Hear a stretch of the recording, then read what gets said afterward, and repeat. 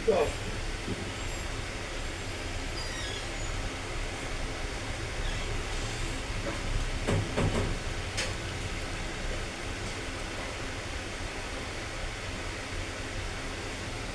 আমি বানাবো lemon pepper chicken. তো আমি লেমনের রস দিয়ে দিয়েছি। এখন আমি একটু গোলমরিচ গুঁড়ো দিলাম,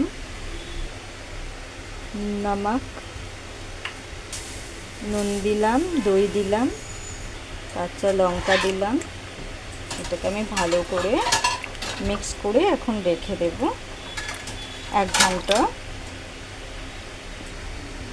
আদা রসুনের পেস্ট দিলাম, ভালো করে এখন পুরো মাংসটা আমি মাখিয়ে নেব।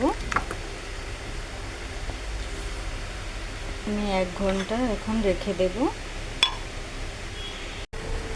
লঙ্কা দিলাম, কয়েকটা শুকনো লঙ্কা, একটু রসুন থেতো করে দিলাম,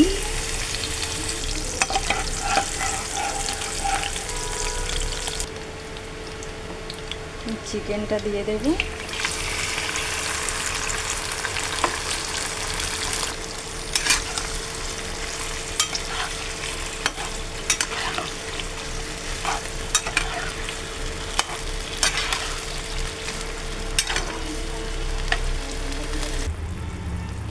তো আদা কুচি দিলাম,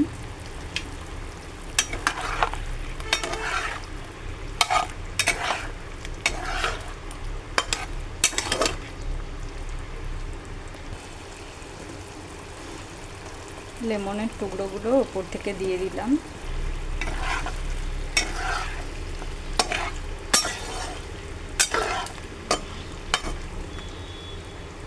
রেডি হয়ে গেছে আমার লেমন চিকেন। এখন নামিয়ে নেব।